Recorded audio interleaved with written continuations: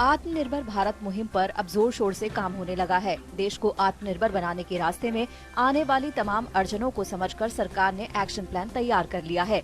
शुरुआत में उन सेक्टर्स पर सरकार काम करेगी जिनमें आत्मनिर्भर भारत का रास्ता हासिल करना आसान है।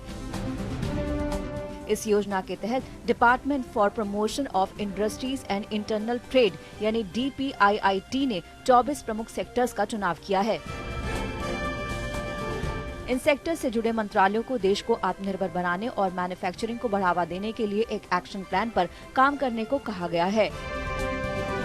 DPIIT ने जिन सेक्टर्स को चुना है उनमें शामिल हैं food processing, toys, furniture, agrochemicals, textiles, organic farming, iron, aluminium and copper, electronics, industrial machinery, leather and shoes और ऑटो पार्ट्स हैं। कॉमर्स एंड इंडस्ट्री मंत्रालय के मुताबिक जिन सेक्टर्स को चुना गया है उनसे जुड़े मंत्रालयों की प्रतिक्रिया मांगी गई है। इन सेक्टर्स को आत्मनिर्भर बनाने के लिए किस तरह से इंसेंटिव और पॉलिसीज की जरूरत है, इस पर मंत्रालय आगे काम करेंगे। उद्योग जगत ने भी सरकार की इस पॉलिसी का स्वागत किया है और उनका मानना है कि आत्मनिर्भर भारत के मामले में ये कदम गेम चेंजर साबित हो सकता है।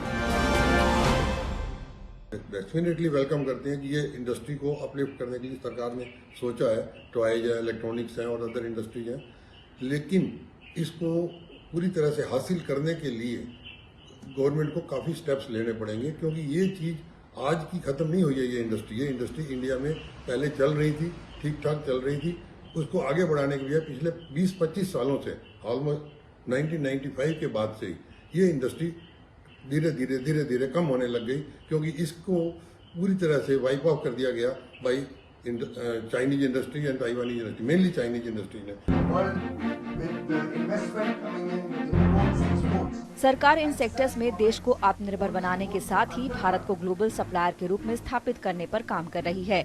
DPIIT टॉयज और फर्नीचर के घरेलू मैन्युफैक्चरिंग को बढ़ावा देने के लिए सक्रिय रूप से काम कर रहा है। सरकार ने सभी शेयर धारकों के साथ कई बैठक करने के बाद इन सेक्टर्स का चुनाव किया है। इन सेक्टर्स में भारत के ग्लोबल विनर और मजबूत मैन्युफैक्चरिंग हब बनाने की क्षमता है। मैन्युफैक्चरिंग को बढ़ावा देने से ज्यादा नौकरियां पैदा होंगी और भारत को निर्यात बढ़ाने में भी मदद मिलेगी। साथ ही ऑर्गेनिक फार्मिंग जैसे गैर पारंपरिक सेक्टर्स को भी इसमें शामिल करके सरकार ने एक नए क्षेत्र में विस्तार के रास्ते तैयार कर लिए हैं।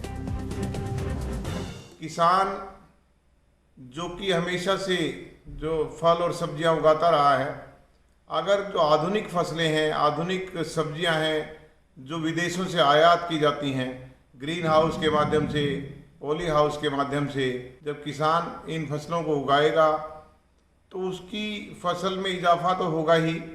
अगर प्रोसेसिंग यूनिट आसपास में अवेलेबल है तो जिस समय पे किसान को कम दाम मिल रहे होंगे, उन दिनों में किसान अपनी फसल को प्रोसेसिंग यूनिट में दे सकता है, जिससे कि किसान की आय में बहुत अच्छा एक इजाफा हो जाएगा।